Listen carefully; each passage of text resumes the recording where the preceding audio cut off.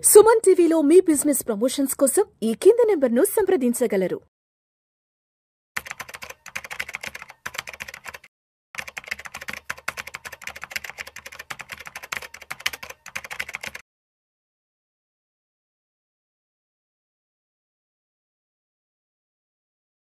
నమస్తే మాధవిరెడ్డి గారు. నమస్తే అండి. మాధవిరెడ్డి గారు, welcome to Vishnu talks. Thank you అండి, thank you for calling. So Madhavireddy గారు, గత 4 నెలల నుంచి మార్కెట్లో సిచ్యువేషన్ ఏంటో చాలా దగ్గరగా చూస్తున్నాం. సో అయితే ఈ కోవిడ్ తర్వాత వచ్చిన ర్యాలీతో ఒక్కసారిగా ఈక్విటీ ఇన్వెస్ట్మెంట్స్లో పార్టిసిపేట్ చేసే వాళ్ళ సంఖ్య విపరీతంగా పెరిగిపోయింది. ఇప్పుడు దాదాపు 17 కోట్ల డిమాట్ అకౌంట్లు ఇండియన్ స్టాక్ మార్కెట్లో ఉన్నవి. అవునండి. సో 21, 22లో 23లో వచ్చిన రిటర్న్స్ అంతా దృష్టిలో పెట్టుకొని ఎక్కువగా కూడా మార్కెట్లోకి వచ్చేసారు. అవును. సో ఇక్కడ వరకు బాగానే ఉంది, డబ్బులు బాగా వచ్చాయి.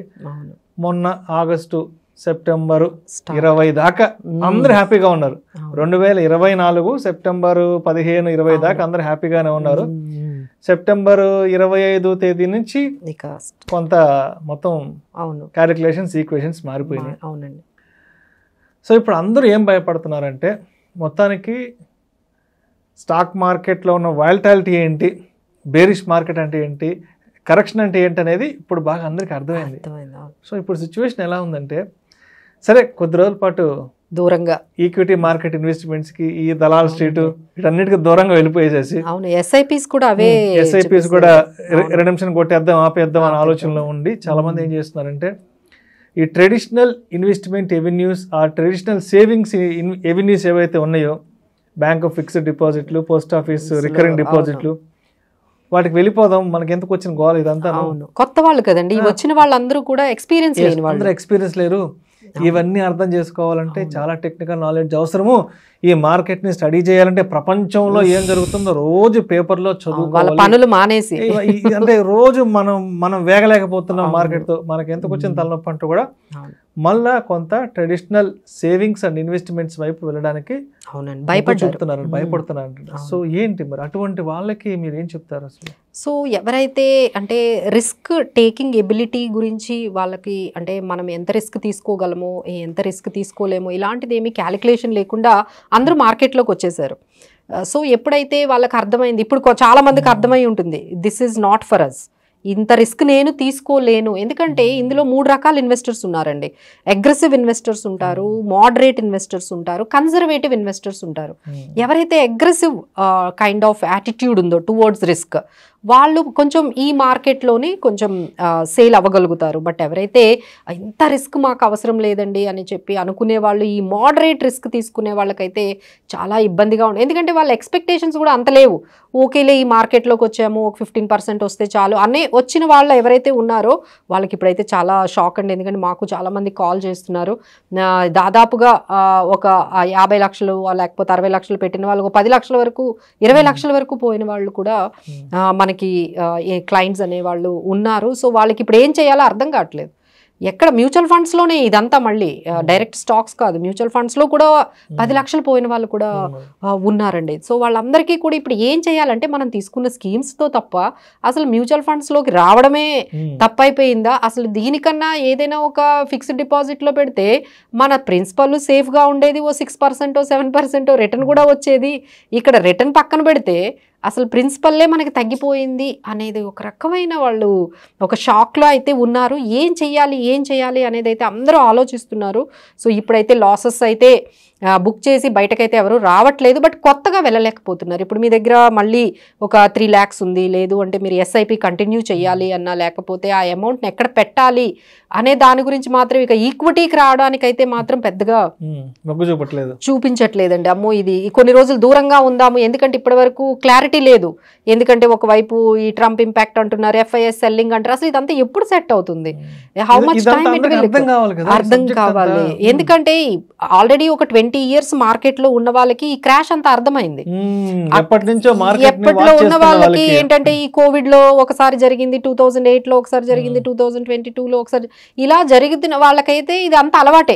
దీస్ ఆర్ ఆల్ ముందుకెళ్ళిపోతున్నారు. బట్ ఎవరైతే ఇప్పుడే వచ్చారో వాళ్ళకైతే మాత్రం ఇందులో ఏం చేయాలి చేయాలి అనేది మాత్రం అయితే తెలియట్లేదండి. సో వాళ్ళందరూ ఇప్పుడు కొత్తగా వచ్చిన అమౌంట్ని ఇందులో పెట్టకుండా ఇంకా మళ్ళీ వద్దు, మనకి ఇది చాలా రిస్క్ చాలా ఎక్కువగా ఉంది, ఎవరైతే రిస్క్ ఎవర్స్ ఉన్నారో లేదు మేము ఇంత రిస్క్ తీసుకోదలుచుకోలేదు అని మీరు కానీ ఆలోచిస్తున్నట్లయితే మీకు ఇంకొక బెస్ట్ ఆప్షన్, అసలు వీళ్ళందరూ ఎందుకు వచ్చారు, ఫస్ట్ థింగ్ ఏంటంటే ఎప్పుడైతే బ్యాంక్ ఇంట్రెస్ట్ రేట్స్ తగ్గిపోయాయో 4% 5% ఇవ్వగానే వాళ్ళందరికీ ఫ్రస్ట్రేషన్ వచ్చేసింది.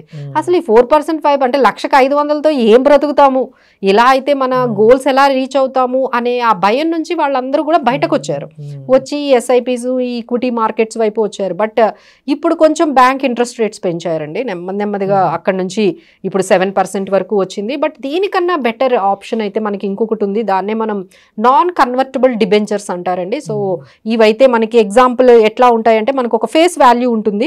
సో ఫేస్ వాల్యూ కాకపోతే ఇందులో తక్కువ అమౌంట్ పెట్టడం ఉండదండి, ఎస్ఐపి లాగా 500,000 పెట్టడం ఉండదు. బట్ 1 lakh అట్లా మనకి మల్టిపుల్స్ పెట్టుకోవచ్చు. వాళ్ళు ముందుగానే ఫిక్స్డ్ ఇన్కమ్ మీకు ఎంత వస్తుంది, ఇంట్రెస్ట్ కూపన్ ఇంట్రెస్ట్ రేట్ ముందుగానే చెప్తారు. లెట్స్ ఏ ఎగ్జాంపుల్ మీకు ఒక 10% ఇస్తాము, 10.75% ఇస్తామని ముందుగానే చెప్తారు. సో ఎవ్రీ ఇయర్ మీకు ఇస్తారు. బట్ మెచ్యూరిటీ పీరియడ్ ఒకటి ఉంటుందండి. ఖచ్చితంగా మీరు ఒక 4 years 5 years వరకు మీరు ఆగితే మీ ప్రిన్సిపల్ మళ్ళీ మీకు బ్యాక్ ఇచ్చేస్తారు, just like a fixed deposit. But fixed డిపాజిట్కి దీనికి డిఫరెన్స్ ఏంటంటే ఫిక్స్డ్ డిపాజిట్లో మీకు 6-7% వస్తుంది పర్ యానం. ఇక్కడైతే మీకు 10% వచ్చే ఏ రేటింగ్ అంటే దీనికి రేటింగ్ ఒకటి చూసుకోవాలండి. డిబెంచర్స్కి మనకి ఈ కన్వర్టబుల్ డిబెంచర్స్కి రేటింగ్ కానీ మంచిది ఉన్నట్లయితే మీకు 10% వరకు వస్తుందంటే maybe people might convince, okay equity వద్దు ఫిక్స్డ్ డిపాజిట్ వద్దు, ఈ రెండింటి మధ్య ఇదేదో బాగుంది, కొంచెం రేటింగ్ ఉన్న కంపెనీల్లో పెడితే మనకి రెగ్యులర్గా ఒక కొంత ఫిక్స్డ్ ఇన్కమ్ అనేది మనకు వస్తుంది అనుకునే వాళ్ళైతే ఇలాంటి ఎన్సిడీస్లో వెళ్ళొచ్చండి. ఇప్పుడు మార్కెట్లో కూడా కొన్ని రన్ అవుతుంది, సమాన్ క్యాపిటల్ అనే ఒక ఎన్సిడీస్ అయితే రన్ అవుతున్నాయి. ఇవి కాకుండా మనకి స్టేట్ బ్యాంక్ ఆఫ్ మారిషస్ వాళ్ళ ఎన్సిడీస్ కూడా 9.75%తో మార్కెట్లో ఉన్నాయి. అదానీ ఎంటర్టైన్మెంట్ వాళ్ళు కూడా 9.65%తో ఉన్నారు. అలానే ఇండియా ఇన్ఫోలైన్ వాళ్ళు కూడా 9.60తో మీకు కూపన్ ఇంట్రెస్ట్ రేట్స్ ఇస్తున్నారు. అలానే స్టేట్ గవర్నమెంట్ వాళ్ళు కూడా ఉన్నాయండి. Telangana state industry infrastructure bonds కూడా డిబెంచర్స్ కూడా మార్కెట్లో ఉన్నాయి, వాళ్ళు కూడా 9.6% ఆఫర్ చేస్తున్నారు. సో ఎవరైతే ఈ 9% 10% మనకి ఈల్డ్ అనేది మనకి వచ్చిందంటే సరిపోతుంది అనుకునే వాళ్ళందరూ కూడా ఇక ఈక్విటీ వద్దు కొంత అమౌంట్ ఇందులో పెట్టుకుందాంలే అనుకునే వాళ్ళందరికైతే ఇది బాగుంటుందండి. ఇక రెగ్యులర్ మనం చెప్పేది ఏంటంటే పీపీఎఫ్ అనేది చాలా మంది మర్చిపోయారండి ఈ మధ్య. ఈ పబ్లిక్ ప్రావిడెంట్ ఫండ్లో అప్పుడు ఎక్కువ పెట్టుకునేవాళ్ళు. ఈ పబ్లిక్ ప్రావిడెంట్ ఫండ్ అంటే ఎవరైనా బిజినెస్ పీపుల్ అయినా సాలరీడ్ పీపుల్ అయినా ఎవరైనా పెట్టుకోవచ్చు. అది కూడా మనకి దాని మీద ఎటువంటి ట్యాక్స్ అనేది లేకుండా ఉంటుంది, వాటి ఇంట్రెస్ట్ మీద ట్యాక్స్ ఉండదు, రిడెంప్షన్ మీద ట్యాక్స్ ఉండదు. సో కొంత అమౌంట్ మీరు పెట్టుకోవాలంటే 500 నుంచి మీరు 1,50,000 per annum వరకు ఈ పీపీఎఫ్ లో salaried employees and business people కూడా పెట్టుకోవచ్చు. ఇది కూడా పీపీఎఫ్ కూడా కొంచెం మంచి ఆప్షనేనండి. అక్కడ కూడా మనకి ఈ పర్టికులర్ కేటగిరీ అంటే బ్యాంక్ ఎఫ్డి కన్నా ఒక 2% వస్తే చాలే అనుకునే వాళ్ళందరికీ కూడా ఇలాంటి ఎన్సిడీస్ కానీ ఈ తర్వాత ఈ పబ్లిక్ ప్రావిడెంట్ ఫండ్ కానీ ఈ చిన్న ఇన్వెస్టర్స్కి కొంచెం అయితే బెటర్గా ఉంటుందండి. So whom ever want equity అనేది రిస్క్ ఉంది, మాకు ఈక్విటీ సెట్ అవ్వదు అనేది మీకు ఎప్పుడైతే అనిపిస్తుందో ఇలాంటి మనకి ప్రోడక్ట్స్ గురించి మనం తెలుసుకొని ఇందులో పెట్టుకుంటే రిటర్న్స్ ఉంటాయి, అలానే ట్యాక్స్ ఇన్సెంటివ్స్ కూడా ఉంటాయి. Thank you so much Madhureddy గారు. Thank you.